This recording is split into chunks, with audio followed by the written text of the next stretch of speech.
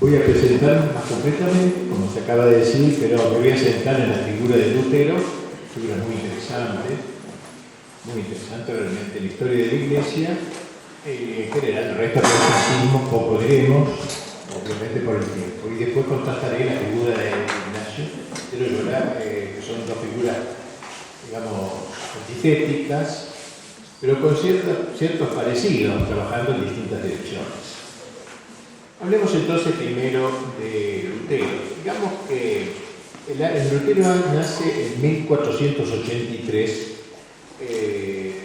Cuando él nace, toda Europa era católica, quiero decir, para ver la diferencia en todo lo que ha producido en el mundo, en la historia, y toda la sociedad estaba sujeta al pontífice de Roma, exceptuando los países dominados por los musulmanes y por la Rusia moscovita, que prestaba obediencia al metropolitano de Kiev, que era la capital de la vieja Rusia, y que estaba separada de Roma ya desde el año 1050, me parece que hace 3 siglos separada de Roma, unido a la metrópoli de Constantinopla, que era como el Vaticano de la Iglesia Ortodoxa Oriental. Él nace en 1453, cuando muere en 1456, el reformador, casi la mitad de Europa se ha separado de Roma. Fíjense en vida de él.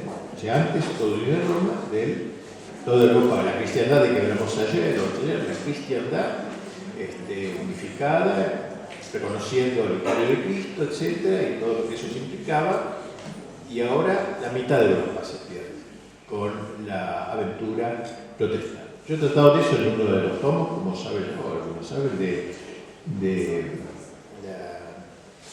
las tempestades de la historia, que se llama la Reforma Protestante, ¿no? Que es un libro bastante grueso, porque lo que digo acá es una parte muy breve, más bien me centro en la figura de Lutero, pero no hablo de todos los otros grandes reformadores, Melanchthon, Calvino, Zwinglio, todos ellos, que no tienen la estatura de este hombre, psicológicamente hablando, la personalidad de este hombre, pero que tuvieron influjos locales, Enrique VIII, Inglaterra, etc.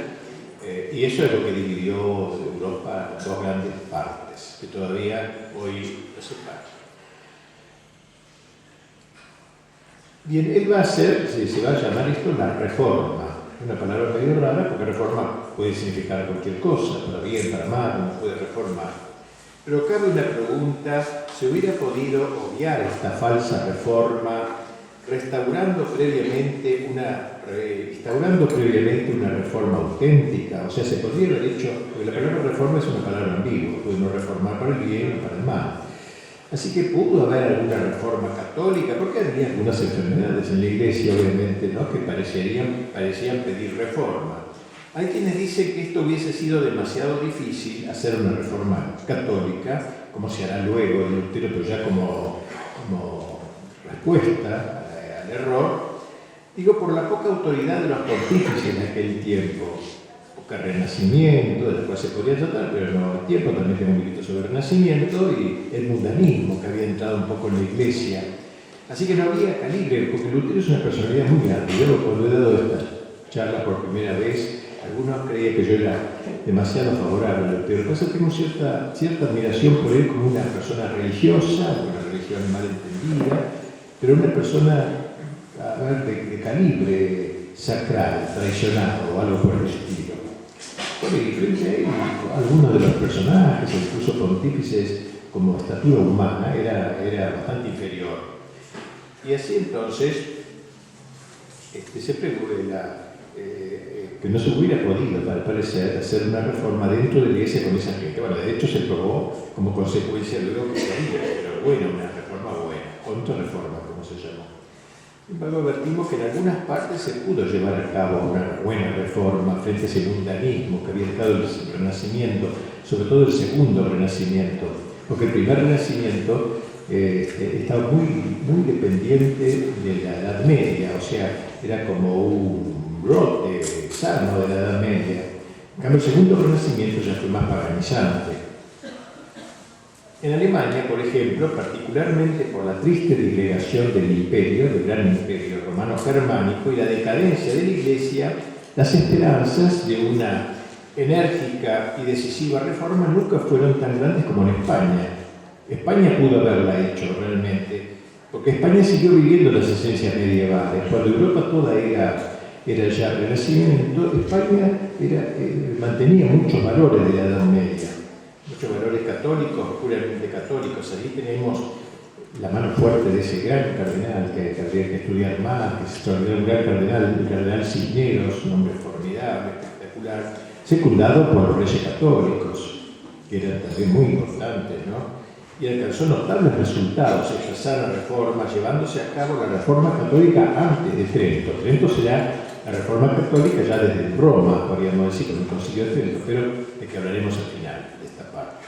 De parte de Roma, el comportamiento fue más o menos igual con todas las naciones. Pero si en algunas de estas triunfó el catolicismo y en otras fue casi exterminado, el mérito y la responsabilidad recayeron de ordinario sobre hombres insignes o generaciones perseverantes que fueron protagonizando las diversas historias nacionales. Vamos a hablar entonces ahora de la figura ya de Martín Lutero, la personalidad de Martín Lutero, apasionante personalidad, un hombre superior. Lástima si hubiera trabajado para el bien lo que hubiera sido. Sabemos que el padre de Martín nació a pocos kilómetros de la ciudad de Eisenach, en Alemania. Allí eran muchos los que llevaban el apellido Luther, que en Argentina también lo hay, que no era luterano sino peronista, Luther, que también se escribía Luther, por este nombre de ese origen. Algunos de sus enemigos se divertirían en recordar que la palabra Luther significa carroña, mal dicho. Estos eran perversos enemigos, ¿no?, del pobre Lutero. El propio Lutero buscaría una etimología griega para salvar esta impresión de mala palabra o por el estilo, afirmando algunas veces eleutherios, del éutero, que significa libre. Probablemente el apellido tenga que ver con Lotar o Lotario, viejo nombre germánico que usaron reyes y emperadores medievales. Antes de que Martín naciera, sus padres se habían mudado a la ciudad de Eisleben, a unos 150 kilómetros de distancia, cuya principal fuente de riquezas eran las minas de cobre. Allí se empleó su padre, de modo que él cambia de oficio, porque antes había sido labrador, campesino, y ahora es minero, trabaja en una mina. Un ambiente muy arduo siempre de las minas, y especialmente en aquella época. La niñez y la adolescencia de Martín no fueron demasiado felices, siempre bajo la férula de su padre, al fin y al cabo hijo de campesinos, y de su madre, una mujer robusta y no demasiado femenina. Más tarde, al hablar de ellos, diría: mis padres tenían la costumbre de traer del bosque todas las varas necesarias para hacernos bailar, así que no eran muy permisivos los padres de este chico. Sin embargo, nunca Martín se avergonzó de su origen humilde. Soy hijo de campesinos, decía. Recuerdan que primero fue campesino, el padre antes de ser minero. Campesinos hubo que llegaron a ser reyes y emperadores, decía Martín Lutero, ¿no? Quizás estas raíces aldeanas expliquen algo de aquella tendencia a la rudeza que luego nos mostrará este personaje en diversas ocasiones. Tanto Hans, como se llamaba el padre de Lutero, como su mujer eran buenos cristianos, piadosos en la manera popular de aquellos tiempos, con firmes creencias religiosas y cumplidores de sus deberes familiares y sociales. Si bien Hans era de carácter agreste e irritable, fácilmente mal hablado, un vasito de cerveza, como buen alemán, claro, o varios vasos de vino, porque bastaban para hacerlo sentir bien. Saben que hay un autor que dice que el vino es católico, porque está muy unido a la Eucaristía y todo, y la cerveza es protestante. No sé eso, ¿no? Yo en eso soy ecuménico. Ahora ya no, porque no puedo tomar nada de azúcar, así que me he hecho, no sé que llaman, Anglicano. Anglicano. Bueno, así que entonces, en el trato con su hijo, como dijimos, fue bastante duro, fue muy duro, y no escatimando recurrir a los golpes como bien. Martín nunca lo recordaría mal a pesar de todo, más aún llegó a excusar aquella severidad, quizás porque el viejo en sus últimos años se adhirió al movimiento religioso que él iniciaría. O sea, su padre se hizo luterano o protestante, como lo llamemos. Es probable que aprendiese de su padre la costumbre de usar palabras groseras. Hay que ver cómo escribe, al final hablaremos de eso, de su incluso obscenas. Eso ya hacia el final de su... Bueno, hemos señalado anteriormente cómo en Europa, pero sobre todo en Alemania, pululaban en el pueblo creencias, supersticiones de origen pagano, misteriosas fuerzas sobrehumanas, espíritus malignos que surcaban los aires. Había como una especie de algo así mágico, ¿no? En las aguas, o vivían en pantanos y desiertos, y hasta tomaban posesión de ciertos animales, como animales endemoniados, y esas cosas raras, ¿no? En el pueblo humilde y sencillo. Y con frecuencia recordaría Martín en su edad madura lo que había escuchado en su niñez, más aún lo que aseguraba haber presenciado de brujas, demonios íncubos, duendes y encantamientos y todas esas cosas. O sea, se metió mucho desde su infancia. Le acostumbraron a ver en los fenómenos de la naturaleza, sobre todo en las tormentas violentas, acompañadas de truenos, rayos, relámpagos, la acción de los demonios. Es una cosa rara esto. Refiere como cosa absolutamente cierta que en un hermanito suyo murió, dice, de un mal en la rodilla causado por embrujamiento. Se creen en estas cosas, ¿eh? Y contaba a sí mismo que una hermosa mujer había parido un ratón. Cosas rarísimas. Eso, bueno, él no era todavía muy culto, muy formado, hijo del campesino. Tanto lo que era, todo lo que era espantoso y malsano, según su entender, tenía relación con el diablo. Más de una vez creyó ver y oír a Satanás en forma de perro o de cerdo que se acercaba para molestarle y discutir con él. Desde chico había oído en su casa por la noche, después de cenar, leyendas espantosas de labios de su propio padre, ya que entre los mineros, por ejemplo, trabajó en una mina, bajo tierra, allí, etcétera, es un ambiente sórdido, ¿no? Tenebrosos, socavones subterráneos, cundían las más absurdas creencias. Quizá esto lo contagió al chico, ¿no? Al hijo, no sé. También aprendió en el seno de su familia lecciones útiles, sin duda que le hablaron de Cristo, de Cristo nuestro Salvador y de su madre, María Santísima. También iría con sus padres y hermanos a la parroquia los domingos para ir a la misa por la mañana y asistir a las vísperas en algunos casos, también, todo eso. A los 6 o 7 años lo enviaron a un colegio, una escuela elemental de la ciudad de Maspeth, donde se enseñaba a leer, escribir, contar, un poco de latín y algo de catecismo. Y allí se inició en el canto coral y en la música litúrgica, que mucho amaría durante toda su vida, creo, y aprendiendo a entonar algunas antífonas, secuencias, motetes de Corpus Christi, etc. El himno Veni Sancte Spiritus, que se canta el himno del Espíritu Santo, le parecía tan inspirado y sublime, dice, como si lo hubiese compuesto el mismo Espíritu Santo, ¿no? Porque era la secuencia del día de Pentecostés. Estas plegarias que rezaba o cantaba con una preciosa voz, afinada voz, especialmente sus melodías gregorianas, impregnaron por siempre de sublime poesía el alma de este chico, de este niño. Su padre deseaba que Martín se elevase sobre el nivel social en que había nacido, para lo cual pensó en hacerle seguir la carrera de letras. Y por eso, cuando su hijo cumplió los 14 años, lo envió a continuar sus estudios en la Escuela Superior de Magdeburgo. A él le costó muchísimo esa separación de su familia, muy chico, estaba adolescente, ya que desde ahora viviría solo.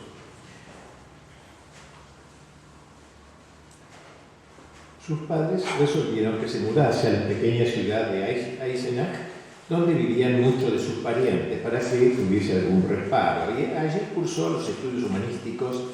Durante 3 años se empleó en estudiar y gramática, retórica y otras materias, familiarizándose con Cicerón, Horacio, Ovidio y sobre todo Virgilio, y aprendió a hacer el arte de versificar, escribir poesía, lo que le permitió componer hasta el fin de su vida breves poesías en latín, idioma que llegó a dominar. Luego de 3 años de estudiar en el colegio de Eisenach, Martín ya podía iniciar los cursos universitarios. Decidió entonces, su padre, se ve que lo manejaba mucho su hijo, lo decidió enviarlo a la Universidad de Erfurt en la esperanza de que con el tiempo llegase a ser perito en Derecho y hasta consejero de algún príncipe. Había varios príncipes bajo el emperador, etc. Lutero estuvo muy de acuerdo con su padre, se inscribió en los cursos de filosofía, paso necesario para la carrera de Derecho. Esto venía de la Edad Media, ¿no? En la Edad Media cualquier carrera suponía previamente la filosofía, porque yo estudié la medicina y hay que saber filosofía y hasta teología, y después la carrera de especialización. Era una visión mucho más total de la enseñanza, ¿no? No solo dentro medicina, el primer día empecé a tratar los nombres de los huesos, ¿no? Sino, pero qué es el hombre, algo de la psicología, filosofía, etc., y luego algo de teología y la especialización. Bien, así que aquí le pasó algo parecido. Erfurt era una ciudad próspera, de intensa vida religiosa, aún en el estamento estudiantil. Había grandes procesiones, especialmente solemne era la de Corpus, donde solía asistir la universidad en pleno. Todavía se vivía un ambiente, digamos, bastante cristiano, ya no medieval plenamente, estamos un poco lejos, como dije, en Europa, en Alemania ya era bastante distinto, pero aún católico. Y mientras tanto los acontecimientos políticos se precipitaban. Los turcos habían conquistado Lepanto y todo el Peloponeso, luego desde Bosnia se lanzaron hacia el norte, amenazando a Hungría, y se comenzó entonces a hablar de una posible cruzada de los príncipes cristianos contra la Media Luna. En el año 1500, Alejandro VI, el famoso papa reinante, exhortó públicamente a enrolarse en el ejército. Piense que las cruzadas habían sido en la Edad Media, 2 siglos antes, ya no había un espíritu como en la Edad Media, ¿no? Pero el Papa intentó eso enviando un cardenal que predicara un jubileo cuyo producto pecuniario habría de emplearse en la cruzada. En su itinerario, el legado incluyó a Erfurt, pasó por el lugar donde estaba el joven Martín, donde miles de personas le salieron al encuentro, y otros universitarios, chicos estudiantes universitarios.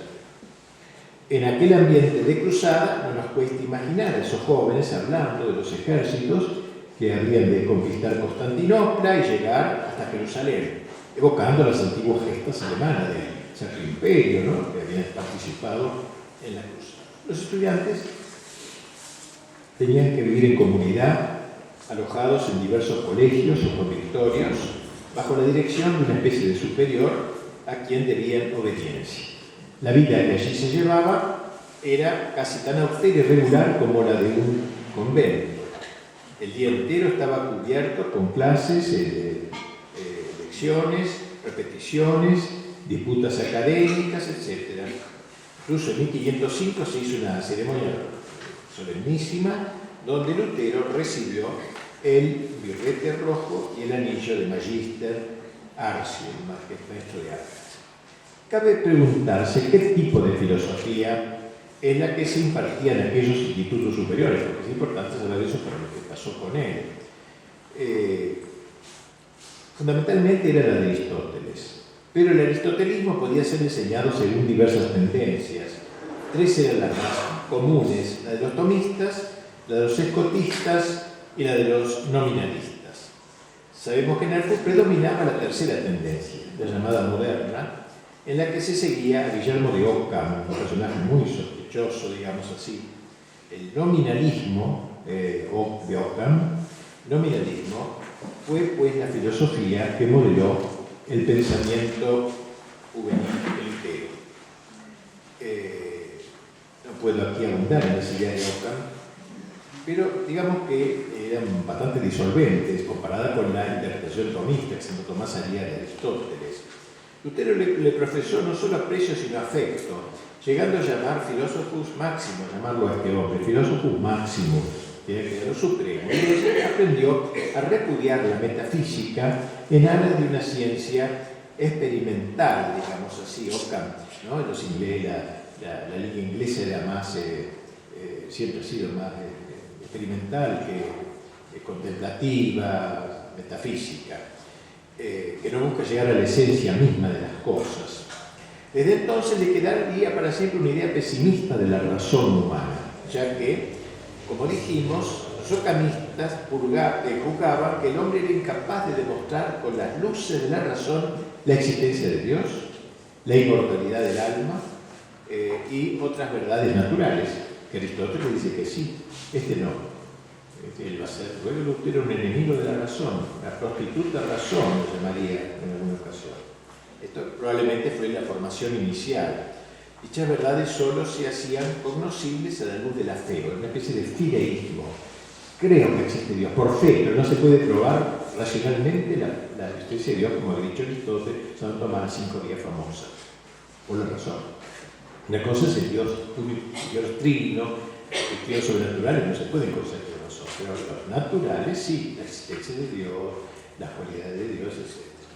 Según el plan preestablecido, el maestro de arte se inscribió luego en la Facultad de Derecho de la Universidad, pero aquí ocurrió un cambio crucial. Luego de 2 meses, interrumpió sus estudios y decidió hacerse religioso, ingresando en un convento de la Orden de San Agustín, agustiniano, en Erfurt mismo. Era el año 1505 y estaba por cumplir 22 años. Él mismo nos contaría mucho más adelante cómo tomó dicha resolución. Esto es importante para entender lo que sería luego su vida. Regresaba un día de una visita a una familia en otro pueblo cercano, y cuando estaba más o menos 8 kilómetros de Erfurt, donde iba, se desencadenó una tempestad terrible. No hallando en las cercanías ningún refugio, estaba en medio de bosque, caminando ahí, se asustó muchísimo, pero se aceleró la marcha. Pero un estallido seco lo paralizó. Cerca de él había caído un rayo. Instintivamente, el joven estudiante, sobrecogido de terror, invocó a Santa Ana, patrona de los mineros. Recuerden que dijimos que su padre fue minero, tenía devoción a Santa Ana, no sé los motivos que miran una cosa y otra, pero y dijo: auxíliame Santa Ana y seré fraile. O sea, si me salgo de esta, seré fraile. Medio raro, ¿no? La manera de una vocación como nace con un rayo. Lutero se diría luego que este voto que hizo fue causado por el terror y la desesperación, y que poco después se arrepintió de haberlo pronunciado. Como se sabe, un voto así no tiene fuerza obligatoria, no hay suficiente libertad para hacerlo, pero Martín se creyó obligado a cumplirlo. Miren el origen vocacional de San Agustino, ¿no? Pero el origen es así, es lo turbio. Aparte de este suceso, el antiguo biógrafo protestante de Lutero sostiene que antes de emprender el viaje, Martín se había trenzado el duelo con espadachín, ¿no? Con un compañero de la universidad a quien había acabado por matarlo. Uno de sus secretarios relató que en cierta ocasión le dijo Martín: por una extraordinaria disposición de Dios me hicieron monje para que no pudiesen capturarme. Como quien se acoge a eso, ¿no? La policía lo tocaba en un convento. Si no, habría sido fácilmente capturado, sigue diciendo así. Al contrario, no lo pudieron porque mi orden, la de San Agustín, acogió. Esto lo dice él mismo, ¿no? Le dijo Martín al compañero, dije antes que él mismo le contó esta escena. Muy raro también todo esto, ¿no? Al conocer la noticia, su padre quedó consternado, no quería ni saber nada, que había matado a un chico, y además, para colmo, de entrada religiosa, de otra desgracia, y trató de impedir la entrada de su hijo en la vida religiosa, pero ello fue en vano. Bien, lo tenemos ahora, el candidato bajo el cuidado de un maestro de novicios de la Orden de San Agustín, quien lo asignó en el que le dio en el convento una celda despojada, como eran todos los cuartos de los padres, de los religiosos, los novicios, una cama con un jergón de paja, una silla, una mesita de estudio con 2 o 3 libros y una candela, y listo. Eso era todo su cuarto. Allí pasaría un año de silencio y meditación, de conocimiento progresivo de las constituciones de su orden. El maestro novicio le iniciaba en el modo de rezar, el oficio divino, de cantar en el coro, de progresar en su vida espiritual, es lo propio de un noviciado. Ya en esos momentos iniciales comenzó a manifestarse en el joven novicio una piedad rara, no exenta de desmedido temor, un temor a Dios tremendo, vamos a decir. Le tenía, dice él, años más tarde, le tenía más miedo a Cristo que al demonio, dice en una, como más adelante confesaría esto. Fray Martín aspiraba sin duda a la santidad, pero su modo de entenderla no era el adecuado, porque se fundaba más en el esfuerzo ascético, puro esfuerzo, así, el músculo, digamos, que la entrega generosa a la voluntad de Dios, un poco al estilo pelagiano, tan diverso del espíritu de San Agustín. De hecho, San Agustín, la orden que tenía por patrono al gran santo San Agustín, su padre en la vida religiosa. Él dice: yo quería alcanzar la justicia o la santidad por las propias obras, no por la fe y la gracia divina. Era entonces el más presuntuoso de los pretendientes a la justicia. Apoyándome sobre mis obras, me confiaba no a Dios, sino a mi propia justicia. Tenía la pretensión de escalar el cielo. Volvíme el perseguidor y verdugo de mi propia vida, ayunaba, velaba, me agotaba rezando, lo cual equivale al suicidio. Claro que esto lo dijo muchos años después, echándoselo en cara a sus propios superiores, pero con evidente injusticia, porque no era eso lo que se le enseñaba. Sea lo que fuere, un día le comunicaron que debía prepararse para recibir muy pronto las órdenes sagradas y el sacerdocio. En aquel tiempo se hacía la carrera rápidamente, se ve, porque no había hecho todavía, creo, ni siquiera la teología. Pero 2 años después de su ingreso, le permiten acceder al sacerdocio. Claro, ¿no? Hace 7 años, no sé cuánto. Es que en aquel tiempo, como dije, no se exigía la teología antes de ordenarse y había que continuar su estudio luego de varios años. Se ordenaba y seguía estudiando teología, porque ahora se exige antes cursar la teología.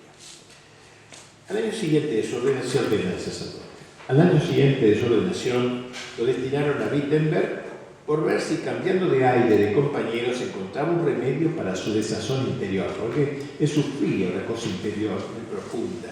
Si bien Wittenberg era una aldea pequeña, ubicada sobre el río Elba, lejos de todo centro importante, contaba con una universidad. Pues bien, el convento agustiniano se había hecho cargo de 2 cátedras, una de escritura y otra de filosofía moral. A Fray Martín le encargaron la segunda, debiendo dictar una lección diaria sobre la ética de Aristóteles a Nicómaco y presidir disputas académicas después de la cena. Él era un hombre visceralmente religioso, esto hay que decirlo, siempre fue un hombre religioso, mal entendido luego, lo que quiera, pero un hombre que su vida era todos estos dramas interiores religiosos. La filosofía aristotélica se le hacía árida y desabrida, atrayéndole mucho más la teología y sobre todo la Sagrada Escritura, a la que comenzó a dedicarse con toda su alma. Más adelante cursaba los estudios que le faltaron en la teología. Y en esta nueva etapa de su vida, el drama interior no cesaba. Su idea de un Dios más juez y verdugo que Padre misericordioso, y la imposibilidad de poder cumplir perfectamente la ley divina, o sea, como que no era posible cumplir los mandamientos plenamente todo, estaban en el origen de sus temores, escrúpulos y dudas. Su más profundo tormento le venía de una incertidumbre de su salvación, de que se condenara, etc. Estaré, decía, desde la eternidad, irremediablemente destinado al infierno, se preguntaba con ansiedad.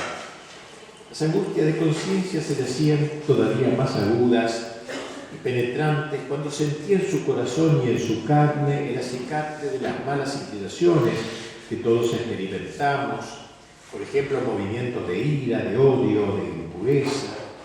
Entonces pensaba: has cometido tal y tal pecado, y Dios odia al pecador. Todas las obras buenas y ejercicios ascéticos que has hecho no sirven para nada. Entraste en la vida religiosa y accediste al sacerdocio con el deseo de hallar la paz de la conciencia y tener a Dios propicio, pero no has conseguido tu propósito. Es decir, agonizaba, pobre, espiritualmente. Su alma agonizaba, iba camino a la desesperación. En el año 1510, sus superiores lo destinaron a ir a Roma. Probablemente este viaje tuvo que ver con la situación interna que vivía la Orden de San Agustín. También a ella le había afectado la relajación de la época, por lo que en dicha orden, como en otras, se despertó a lo largo del siglo XV un movimiento de reforma en los mejores religiosos que cuajó con la creación de una rama agustiniana más severa en Alemania. A ella pertenecía el convento de Erfurt. Algunos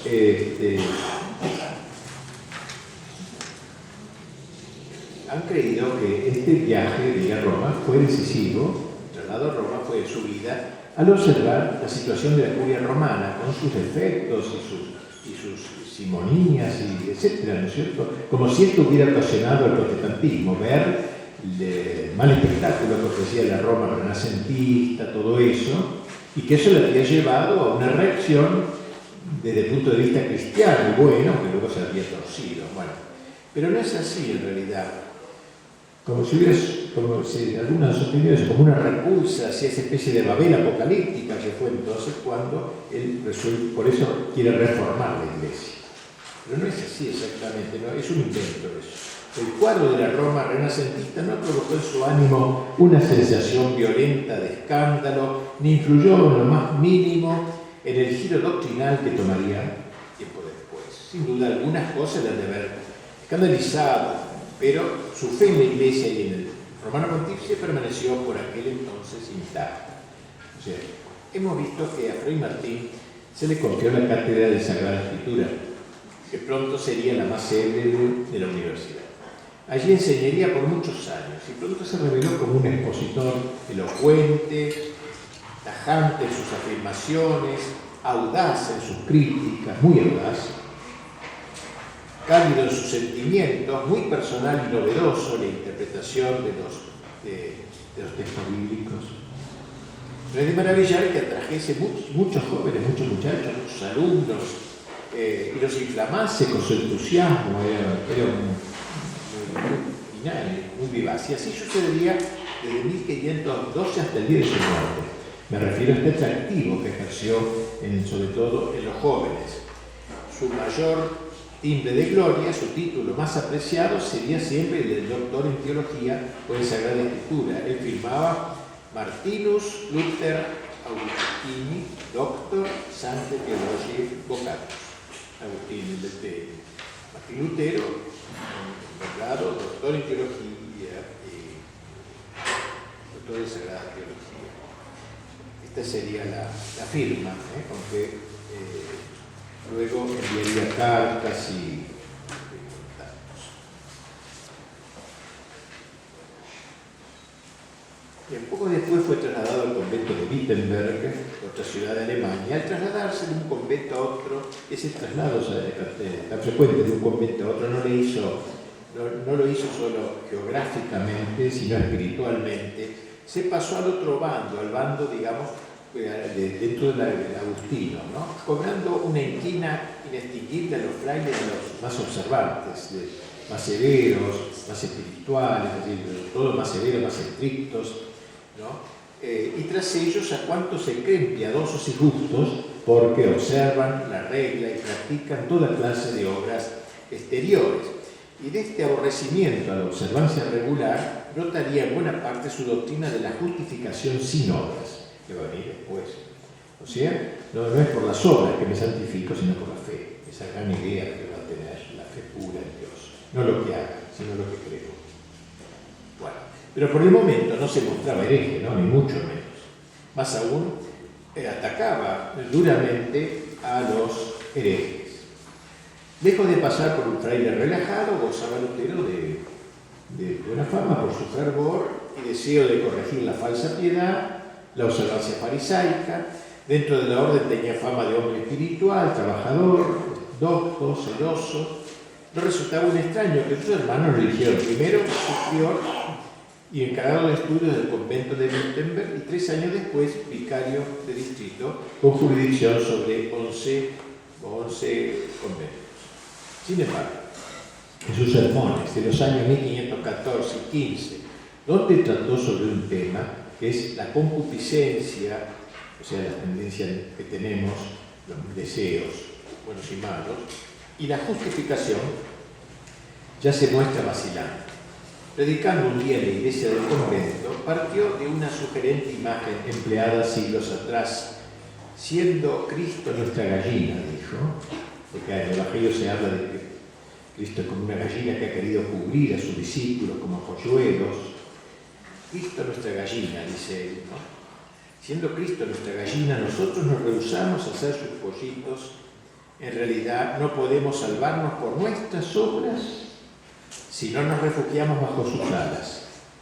El que camina en su propia justicia será arrebatado por los demonios, buitres cruelísimos, por decir que no, el diablo era como un monstruo para él, el chico. He aquí exclama con emoción que nuestro Señor expandió sus alas en la cruz. Era muy buen poeta, tenía una expresión poética. Nuestro Señor gallina, Cristo, expandió sus alas en la cruz para acogernos.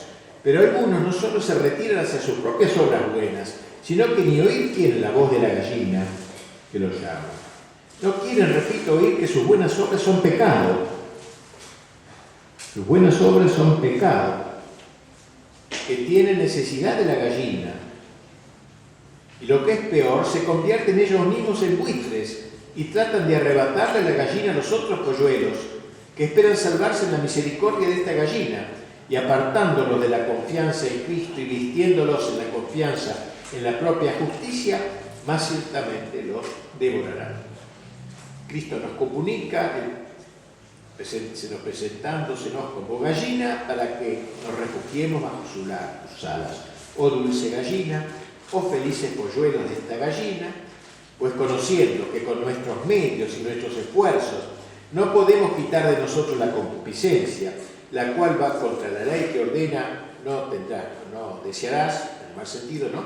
Y experimentando todos que la concupiscencia es absolutamente invencible, ¿qué resta sino que la sabiduría de la carne cese, se retire, desespere de sí misma, perezca y humillada busque en otra parte el auxilio que ella no puede darse? Entonces va perfilando en estas palabras lo que sería su doctrina de la justificación, la doctrina medular en el protestantismo. Mientras tanto, su drama interior se iba agudizando.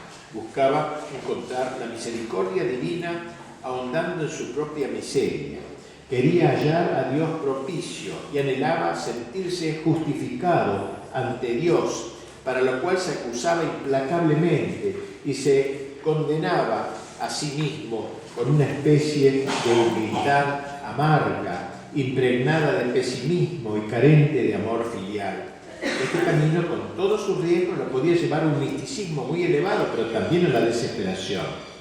Al fin se persuadió de que solamente tocando el fondo abismal de la desesperación podría saltar a la confianza total en Dios. De esperar de sí mismo, desesperar totalmente de las obras que uno haga, que por más buenas que sean son un desastre, y confiar en solo Dios. La fe sola justifica no las obras. Esa va a ser su gran teoría, en torno a la cual contará todo su pensamiento. Pero no nos adelantemos a los hechos.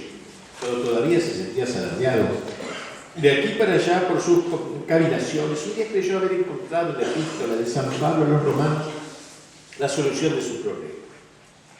¿Cuál fue ese descubrimiento? Lo que afirma el apóstol sobre la justificación del hombre, a saber que ella es solamente obra de Dios y de la gracia, no de las fuerzas naturales. Sin duda eso es lo que siempre enseñó la Iglesia, condenando severamente a los pelagianos, que confiaban en sus propias fuerzas como si la salvación fuera posible sin la ayuda de Dios. Pero al agarrarse como un náufrago a este principio teológico, no supo mantenerse en equilibrio y se pasó de revoluciones, yendo más allá de lo que enseñaba, juntamente con San Pablo, toda la tradición católica. Y de esta manera, a la luz de sus experiencias interiores, escrúpulos, etc., escogió en el apóstol algunas de sus expresiones más difíciles. San Pablo, él creyó erróneamente que San Pablo negaba todo valor a la voluntad del hombre en el proceso de la justificación, como si solo Dios la obrase en la criatura, permaneciendo ésta en perfecta pasividad. O sea, dejarse hacer por Dios, no hacer nada, dejarse hacer plenamente. Si se hubiera contentado con reconocer la debilidad y la impotencia del hombre, afirmando que sus acciones naturales sin la gracia de nada sirven en el orden sobrenatural, como es así, no hubiera hecho sino reiterar la doctrina paulina y la enseñanza tradicional de la Iglesia, pero se extralimitó al declarar que todas las obras, todas, aun las que se suponen buenas, hechas bajo la acción de la gracia, las de los santos, por ejemplo, son malas, tocadas por la concupiscencia, y por eso, aun haciendo buenas obras, pecamos, dice. Por el momento estas ideas no se habían hecho públicas. Lo que más aparecía eran sus cualidades de orador, que hacían de algo así como el sol de la Universidad de Wittenberg. Pero la procesión iba por dentro de él. Teólogos, filósofos, juristas, médicos se agrupaban en su torno. Así va ya formando, vamos viendo cómo va apareciendo este líder, digamos, ¿no? Religioso, con estas ideas. Sin embargo, más allá de tantos aplausos y encomios, Lutero seguía interiormente en agonía. Aunque quizá los demás no se diesen cuenta de ello. Hasta la imagen de Cristo le producía espanto, porque no veía en él a un amigo, sino a un juez, un verdugo. Al solo nombre de Jesucristo, nuestro Salvador, temblaba yo de pies a cabeza, dice. Años después diría, cuando yo estaba en el monasterio metido en mi cogulla, lo que cubre así la cabeza de los frailes, era tan enemigo de Cristo que si veía una escultura o pintura que lo representase colgado en la cruz, me aterrorizaba, de manera que cerraba los ojos y hubiera preferido ver al diablo. O sea, que los protestantes no usan crucifijo, ¿no? Yo creo que es herencia de esta. No porque estén contra Cristo, por los motivos que veremos. Aún la celebración de la Eucaristía se le había hecho una tortura. Su corazón sangraba, confesaría hablando de sí en tercera persona, cada vez que leía el canon de la misa. Angustia, pues, y desesperación de lo que va sufriendo este pobre hombre. Todo estaba dado para que estallase la crisis, era cuestión de tiempo. La tragedia se desatará a raíz de un choque circunstancial relacionado con la predicación de las indulgencias. A veces en aquel tiempo se cometían abusos en esta materia, no abusos doctrinales, pero sí exageración de retórica de algunos predicadores. La doctrina de la Iglesia es la misma que hoy, la indulgencia, todo pecado lleva consigo una culpa, una pena, la culpa se borra con la confesión, así como la pena eterna, pero puede todavía quedar una pena temporal, el purgatorio, etcétera, que la Iglesia, como administradora de la redención, distribuye del tesoro de los méritos de Cristo y de los santos, a través de las indulgencias, una disminución de la pena merecida. Bueno, esto pasó. Y ahí en ese asunto de indulgencia había, qué sé yo, se pedía que diera una limosna a los que reciben la indulgencia, se escandalizó, murió bárbaro, ¿no? Con eso, que no era tan importante, pero para él fue como una chispa, ¿no? Que hizo saltar todo. Bien, no vamos a quedar en tanto detalle, pero me parecía interesante viendo la figura de él, porque no parece un tipo de golpe así, sino que un drama interior, etc. Vamos a ver la doctrina de Lutero. Ya algo hemos dicho de lo que pensaba Lutero, ahora de una manera más ordenada, más sistemática. ¿A qué se reduce lo esencial del credo luterano y en qué se aleja de la fe católica? Con respecto a Dios y a Cristo, la fe de Lutero coincide con la católica en general. La ruptura aparece cuando atendemos al misterio de la Iglesia y el problema de las relaciones del hombre con Dios. Es en estos puntos donde Lutero se separa categóricamente de la fe católica. Para entender el credo de Lutero hay que recordarlo cuando era joven religioso, aún plenamente católico. La única preocupación de Lutero cuando era todavía católico, ahí estaba bajo los agustinos, era sentirse en estado de gracia. Él quería eso, sentirse interiormente, que estaba en estado de gracia, como si la gracia en sí misma fuera objeto de sensación. Se miraba demasiado a sí mismo, se miraba a sí mismo más que a Dios. Efecto de esta torcida disposición fue apoyarse en sus solas fuerzas, al principio, ¿no?, para alcanzar las virtudes. Creía en sus propias energías, en sus penitencias, mucho más que en la gracia, practicando así ese pelagianismo que luego achacaría a los católicos. Lutero parece exhibir las características del escrupuloso, reprochándose como si fueran pecados formales todas las inclinaciones involuntarias de la sensibilidad. Y llegó así a lo que los autores llaman la noche del sentido. Ya no tiene ninguna consolación sensible, en su alma anida la angustia, al tiempo que ve con claridad implacable la perversidad que habita en el corazón del hombre. Todo el edificio de perfección que había querido construir con sus manos a fuerza de voluntarismo parece tambalear. ¿Qué hace entonces? Se abandonará en manos de Dios. Abandono, total abandono. ¿Dirá su corazón turbado la palabra de San Agustín? ¿Dirá acaso esto, en este corazón, las palabras tan lindas de San Agustín? ¿Vis fugere a Deo, fugere in Deum? ¿Quieres huir de Dios? ¿Huye hacia Dios? No, nada de eso, no dice eso. Deja la oración y se arroja de lleno a la acción. Pero no solo se trató de activismo. En su interior, Lutero llegó a desesperar de la gracia, cumpliendo un acto de perversa resignación. Dicha decisión parece totalmente inconcebible en un religioso perteneciente a la orden de San Agustín, que era precisamente el doctor de la gracia, como lo llamó siempre la Iglesia. Sea lo que fuere, el hecho es que renunció a luchar. Y al fin y al cabo, la lucha era imposible, por más que luchara. Estaba condenado, sumergido en el pecado, o lo que él creía pecado, se dejó arrastrar por el oleaje y llegó a esta conclusión práctica. La concupiscencia es invencible. Es invencible. Identificando la concupiscencia con el pecado original. El pecado original lo tenemos adentro, es imborrable, nos ha vuelto radicalmente malos, corrompidos en la esencia misma de nuestra naturaleza. Al darnos su ley, Dios nos ha mandado lo imposible. Solo nos queda la desesperación. De golpe aparece aquí la figura de Cristo. Es Él quien ha pagado por nosotros. Su justicia nos recubre. Cristo es justo en lugar nuestro. Yo sigo podrido, miserable, no soy nada. Pero Cristo me cubre con Él.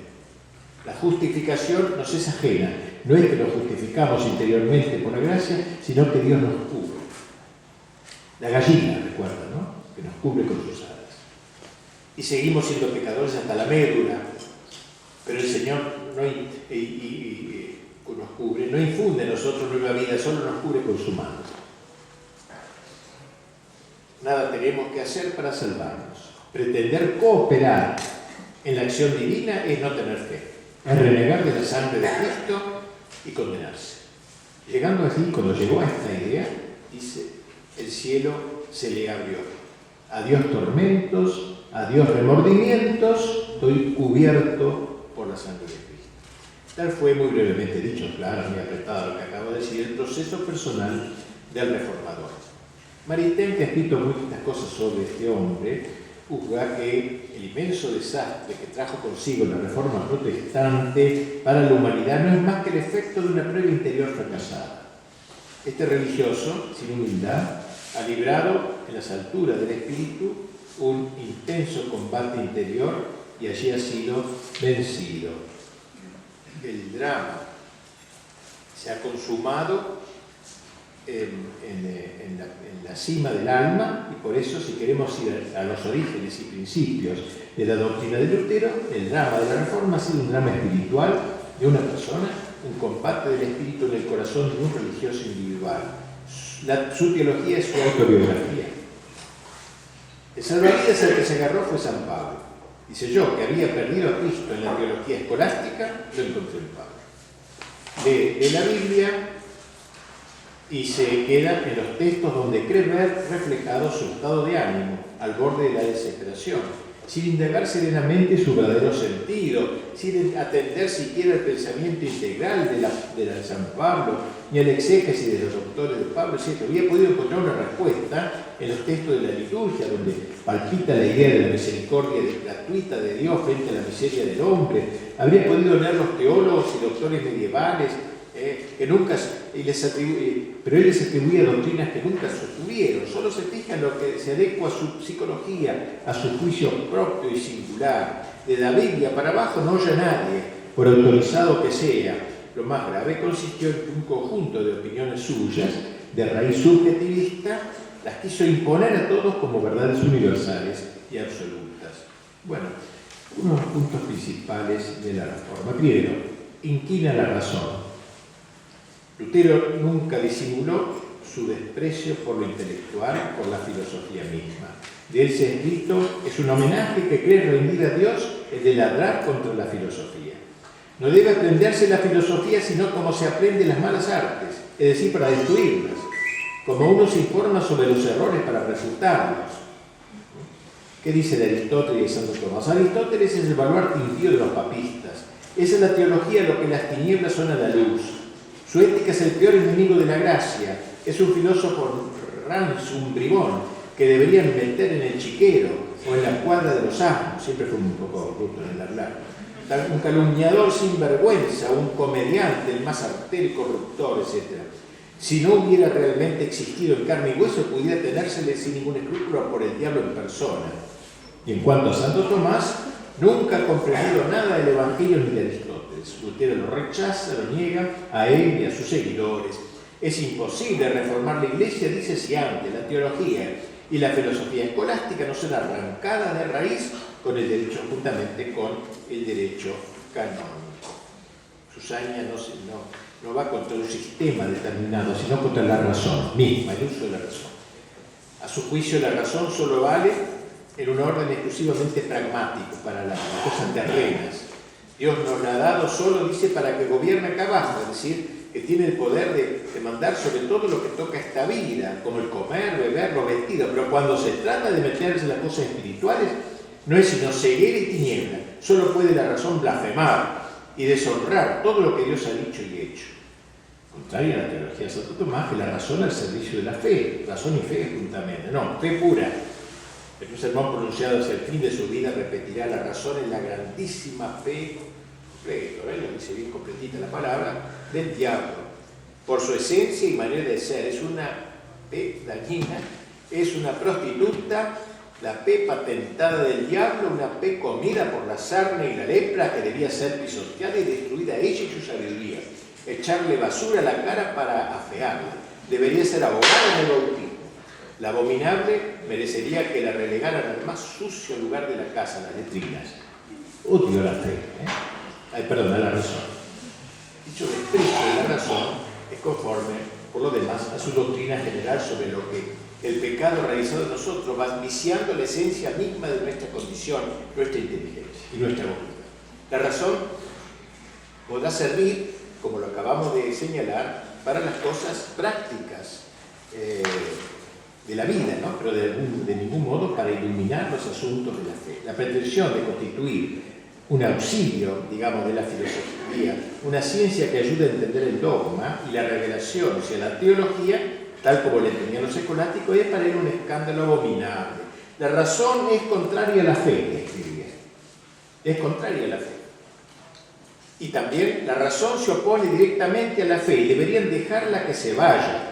En los creyentes hay que matarla y enterrarla. En ello se esconde un falso misticismo antiintelectualista. Debes abandonar tu razón, no saber nada de ella, aniquilarla completamente, sin eso no entrarás nunca en el cielo. Bueno, mejor, ¿no? Hay que estudiar filosofía. Hay que dejar la razón en su casa, dice, pues es la enemiga nada de la fe. Nada hay tan contrario a la fe como la ley y la razón. Precisamos vencerlas si queremos alcanzar la retiro. Así entonces, Lutero se ha referido también a la razón, ahora al sentido del pecado. Sus enseñanzas a este respecto se oponen claramente a Santo Tomás, quien siguiendo San Agustín sostiene que la persistencia en nosotros de la concupiscencia no significa en modo alguno que el pecado original no haya sido borrado por el bautismo y que la gracia no sea recibida en nuestra alma. Para Lutero, en cambio, el pecado original persiste en el alma después del bautismo. Y por ende, la concupiscencia que de aquel se sigue es formalmente pecaminosa, corrompiendo al hombre y haciéndolo aborrecible la santidad de Dios. Todo hombre, aun el más santo, externamente sigue siendo real e intrínsecamente pecador. Simul justus et peccator, es una fórmula de él. Al mismo tiempo, justo y pecador. El alma no se transforma por la gracia, no se regenera, no se diviniza, según dice la doctrina católica. El entero obrar del hombre se encuentra radicalmente viciado, y eso es invencible, la concupiscencia, y va contra la ley, y contra el amor de Dios. El hombre sujeto a ella permanecerá siempre en pecado. Y así se explica que la naturaleza humana, el orden moral, está esencialmente depravada, como un árbol podrido en sus raíces, incapaz de producir buenos frutos, de tal suerte que el hombre aparentemente más santo y el niño recién nacido son ambos igualmente pecadores y pecan en todo lo que hacen. Tan aficionada y corrompida está el alma, que la voluntad se encuentra también ella torcida e incapacitada del todo para cualquier obra buena, ya que le falta libertad para obrar el bien. ¿Qué le queda al hombre por hacer? Usted lo responde este gran interrogante, remitiéndose a una afirmación del apóstol: el justo vive por la fe, dice San Pablo. Bueno, qué linda frase, ahí se agarró. El justo vive por la fe. Hay cierta lógica, ¿no? En su pensamiento, el hombre es pecador, incapaz de justificarse, condenado como está a la más total impotencia por el enemigo que lleva en sí mismo, aunque se cumplan los mandamientos, es pecador, está podrido, etc. Entonces, solo le queda arrojarse en brazos de Cristo. Mis pecados los asume Cristo, dejémoslo ahí. ¿Qué podemos hacer si todas nuestras obras son pecados? Arrojarnos en los brazos de Cristo. Dejar que Cristo cargue con nuestros pecados, que Cristo cubra nuestros pecados. Él es el buen pastor que carga sus ovejas juntamente con sus pecados. El chivo emisario que asume los pecados de su pueblo y los lleva al desierto donde aquellos desaparecen. Dice, Jesucristo se agacha. Es poético, no lástima que para el mal, pero dice, Jesucristo se agacha y deja al pecador saltarle sobre las espaldas y lo salva así de la muerte y del carcelero. Y ahí la tabla de salvación, la fe. Cuando hayas visto que tus pecados adhieren a Él, estarás entonces al abrigo de la falta, de la muerte y del infierno. Viene una transferencia entonces, ¿no? El cristianismo no es más que el ejercicio continuo, dice, de sentir que no tienes pecado aunque peques y que tus pecados son echados sobre Cristo. Y esa es la fuente de nuestra confianza. Basta con recibir al Cordero que lleva los pecados del mundo y el pecado no podrá separarnos de Él, aunque hiciéramos 1000 fornicaciones y cometiéramos otros tantos homicidios en un día. Tras arrebatar nuestros pecados, Cristo nos viste con su gracia. Nos cubre, no nos penetra la gracia. Adentro somos pecadores, pero Él nos cubre con la gallina, recuérdense, es una imagen muy perfecta. Qué consuelo, dice, para las almas piadosas, el de revestirlo así, envolverlo con mis pecados, los tuyos, los de todo el universo, e imaginarlo así, llevando todos nuestros pecados. Quien cree que Cristo es el manto que cubre todas nuestras vergüenzas, este es como Cristo sin pecado. Que descanse pues con toda seguridad. Esta es la buena nueva. Si alguien está lleno de pecado, dice, viene el Evangelio y le dice, ten confianza y cree, y desde entonces todos los pecados le son perdonados. Y así explicó esta teoría años y años. Explicó esta teoría, este hallazgo, él lo exaltó, lo cantó incluso, porque hacía poesías, etc. Así que entonces la justificación es por la fe y no por las obras. ¿Bastará con revestir a Cristo con nuestros pecados para volvernos justos? No, Lutero también convierte nuestra justicia en un revoque exterior bajo el cual seguimos produciendo las malas, hemos dicho, ¿no? Porque las obras de los hombres, aunque fueran bellas en apariencia, son pecados mortales, ¿no? Entonces, ¿qué nos queda? Ahí la fe, no nos queda otra cosa que la fe. Sentirse en paz con el Señor, y la paz con el Señor, la experiencia Él tiene la experiencia de la gracia más que la gracia en sí. El hombre es justificado gratuitamente por el Señor justo por pura misericordia. Y ellos sin ningún mérito propio, non per domesticam, per extraña justicia, no por una justicia interior, sino por una justicia extraña, la de Cristo, ajena. Dios nos considera justos, dice, nos considera, aunque sigamos siendo pecadores. Al parecer se negaba a admitir la santificación real del alma. ¿Cómo conseguirá pues el hombre la justificación y la salvación? No por las propias obras, ni intentando cumplir los mandamientos, lo que es imposible, sino reconociéndose en todo pecador y confiándose perdidamente en los brazos de Dios misericordioso, que dejará de imputarle los pecados y los reputará como si fuera justo. Cual si fuera justo, aunque nuestras obras sigan siendo malas, Dios no las considerará tales, porque sobre la fealdad de nuestros pecados se extenderá el velo de la justicia de Dios. Volvemos a lo que decíamos antes: nuestra justicia no es nuestra, es foránea, venida de fuera, no nos penetra. Así se explica que al juicio de Lutero el hombre será, dice, simultáneamente justo y pecador. Pecador en realidad y justo en la reputación de Dios. Justo porque tiene fe en Cristo, pecador porque no cumple la ley y está sin concupiscencia. Esta es la extraña posición de este hombre. A partir de aquí entendió todo el resto de la teología, desde que tuvo esta iluminación, todo se le tornó claro y gozoso. Esta es la quinta esencia de la doctrina luterana, su principio básico es criminal. El hombre se justifica, se santifica por la fe sola, es decir, por la sola confianza en Cristo Redentor, quien ya cumplió la ley por nosotros todos. Nuestras buenas obras son completamente inútiles, de nuestra parte nada podemos. Dios prometió salvarnos y confiando en esa promesa nos apropiamos pasivamente la justicia de Cristo y así somos salvos. Aquel Dios que antes nos podía parecer un juez vengador, inexorable, ahora se nos muestra como Padre de la misericordia, Dios de toda consolación. Confiar pues en la misericordia de Dios sin dar pábulo a ninguna vacilación, desesperando totalmente de sí mismo y poniendo toda nuestra confianza en Cristo, que nos ha redimido haciéndose pecado por nosotros. Parecen palabras llenas de piedad, que salen vivas y palpitantes de sus labios o de su pluma, pero cuando añade que solamente por esa confianza desesperada encontramos la salvación pasivamente, sin ninguna colaboración nuestra, está desfigurando sustancialmente el concepto auténtico de la fe en el olvido de muchos pasajes evangélicos contrarios. La fe que salva sin las obras ya no es la fe teologal, sino un movimiento humano de ciega confianza. No es que él rechace las buenas obras, sino que les niega mérito y valor en orden a la vida eterna. No hay pues manera de salvarse que confiando en Cristo. El justo vive por la fe, dice San Pablo. Esta fue la afirmación que más me impactó a Lutero. Enseguida dice: me sentí renacer y me parecía entrar por las puertas abiertas de par en par el mismo paraíso. Sabía que seguía siendo pecador, pero ello no le tiraba para abajo como antes, persuadido como estaba de que Cristo había tomado sobre sí todos los pecados del mundo. Cuando tradujo aquel texto de la epístola de Pablo a los romanos, le añadió el adjetivo solo, una injusticia, y sobre un texto dice: el hombre es justificado por la sola fe, y San Pablo no dice por la fe, dice, ¿no? Él pone por la sola. Eso ahí es mala leche, ¿no? Le reprocharon la tergiversación y dijo: ¿qué importa? ¿Qué importa? ¿No era acaso él el reformador?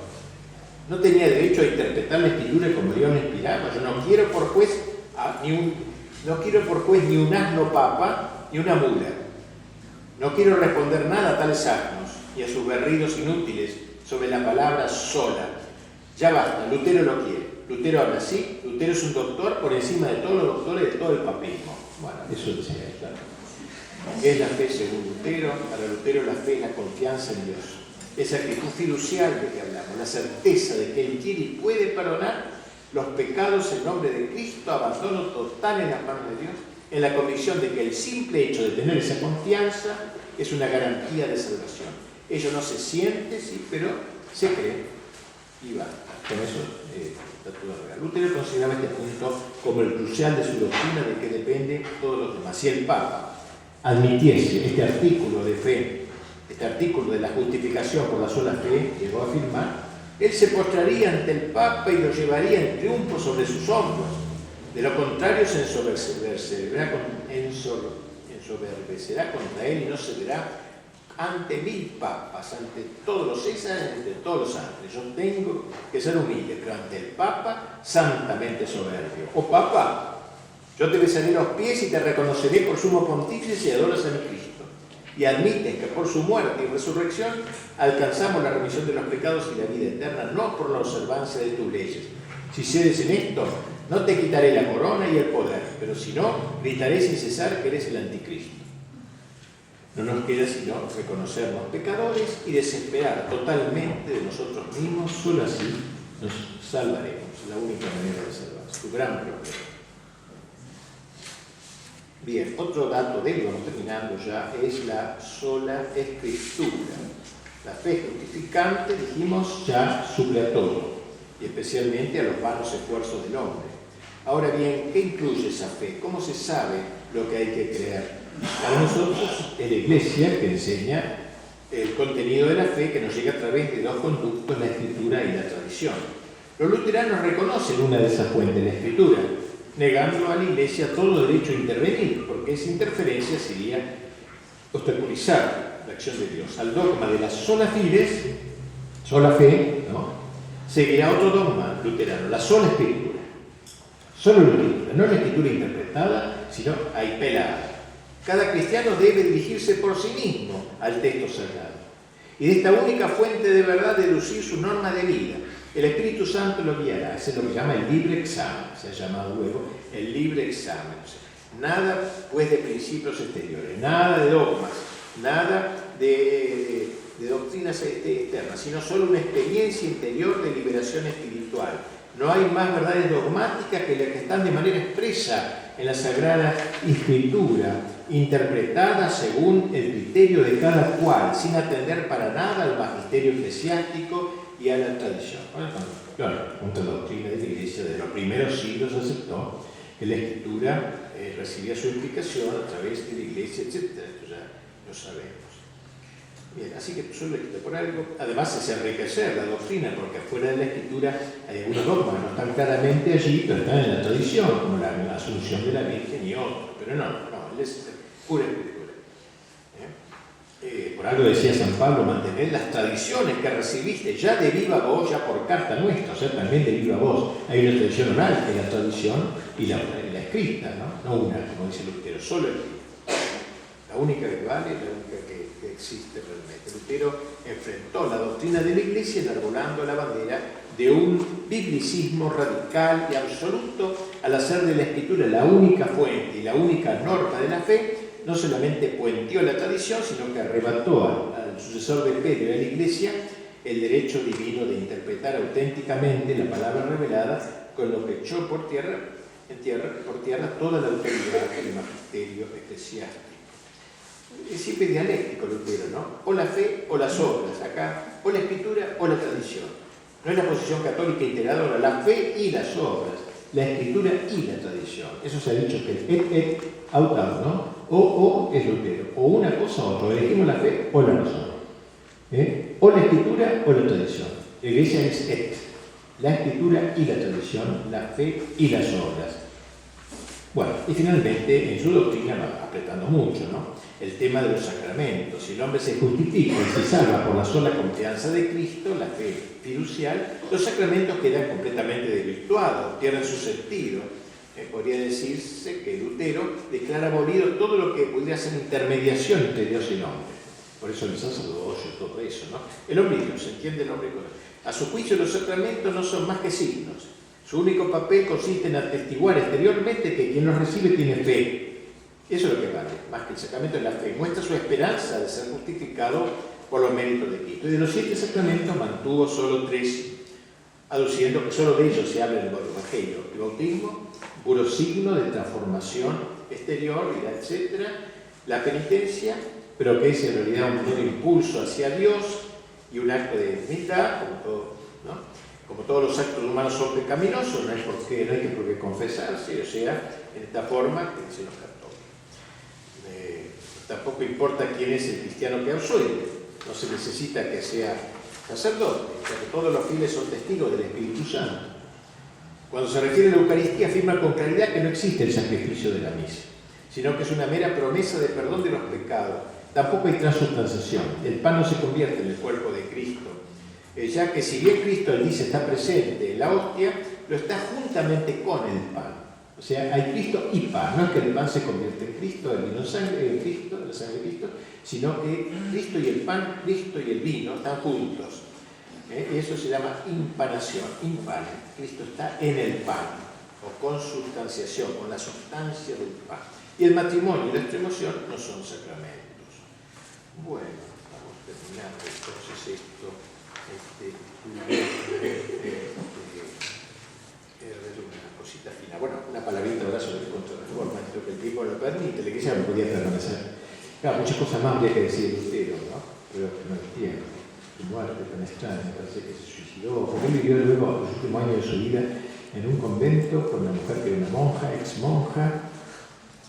Y el pobre dice que en un momento determinado salieron él y su mujer, Catalina se llamaba, salieron al jardín de... Ellos vivían en un convento católico, arrebatado de la iglesia, estaban ahí viendo el cielo estrellado y dijo, qué lindo el cielo, dijo su mujer, ¿no? Catalina, qué lindo la estrella, y Lutero le dijo, no, pero no es para nosotros, no será para nosotros. Pero Martín, no digas eso, todavía puedes cambiar, no, ya está, algo así, un diálogo triste, ¿no? Y parece que se suicidó. Yo eso lo puse un poco en el libro, yo eso no lo sabía, lo aprendí leyendo algunas cosas, que se había suicidado. Se habría colgado en la cama de esos de los mosquitos y los sirvientes en el palacio de un duque que lo había llamado para hacer una consulta moral, porque muchos de Europa siguieron todo esto, la mitad de Europa. Bueno, la Contrarreforma no es hora, ¿no? ¿Cómo es? Porque ¿ya ha pasado? Sí. Un poquitito, bueno, ya. Como digo, aparece en la Contrarreforma, ¿no? O sea, lo contrario de la reforma. El término no resulta muy convincente, pero bueno, la Reforma Católica no comenzó con el Concilio de Trento, que será el momento culminante de la Reforma, sino que ya en algunos países se había hecho un movimiento de reforma. Hubo prolegómenos de la Reforma, en España sobre todo, pero el Concilio de Trento fue lo más importante, el que dio una forma oficial a la Contrarreforma, como se llamó, o la Reforma Católica. Fue el Papa que convocó este gran concilio, muy movido este concilio, hubo figuras brillantes allí en el Concilio de Trento. Carlos V apoyó plenamente como emperador y hubo definiciones dogmáticas, sobre todo aquellas que contrastaban los errores del protestantismo. Y hubo decretos de reforma también que acompañaban a esto. El primer tema dogmático tratado fue sobre la fuente de la revelación. Los protestantes decían la sola escritura. Leer la Biblia y meditarla, la iglesia dice, son muy buenos, pero de todo modo hay dos fuentes, como hemos explicado ya, que son la escritura y la tradición, igualmente necesarias, ¿no? Y entonces a raíz de eso se aprobó como texto oficial de la Iglesia Católica la Biblia traducida por San Jerónimo, llamada Vulgata. Él había traducido el texto original en hebreo al latín y se hizo la publicación de esta obra. Y después hubo un decreto dogmático sobre el pecado original, sobre San Agustín, lo que decía San Agustín, en contra también de la negación de esto por parte de Lutero, que lo seguía apretando mucho. Luego hubo un decreto importantísimo sobre la justificación, claro, o sea, todos los grandes textos de Lutero se fueron refutando con grandes teólogos. Lo que Dios pide al hombre es que coopere en la obra de la salvación, ya que no es un ser inerte, sabiendo que su esfuerzo es vano sin la gracia, pero también que no le será negada esa gracia si permanece abierto a ella. La fe sola no basta, son necesarias las obras. Un cristiano culpable de pecado mortal o que conserve la fe se haya privado de la gracia. En fin, fueron corrigiendo todo con grandes teólogos, ¿no? Entonces, así, los padres conciliares sacaron este gran concilio que respondió a Lutero.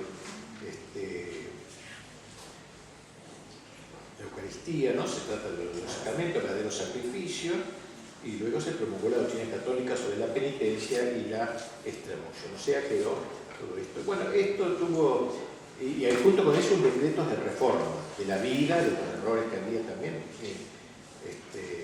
los religiosos, y todo esto se va a reformar. Bueno, así se hizo este magnífico concilio. Fue sobre todo San Pío V quien con más empuje llevó adelante este emprendimiento de hacer cumplir el concilio, y grandes santos como San Carlos Borromeo, etc. Además se instauraron los seminarios para la formación de los chicos. Antes no había seminarios, vimos ya como Lutero iba a la universidad, ahora hay seminarios, empiezan los seminarios tridentinos, se llaman, conciliares, seminarios conciliares. Bueno, muy apretadamente hemos tratado entonces de esta figura tan apasionante, me parece a mí, de Lutero y de la Contrarreforma Católica. Luego ahora veremos a San Ignacio como figura, digamos, pendular o contraria, que va a tomar muy en cuenta estos temas para la construcción de la obra.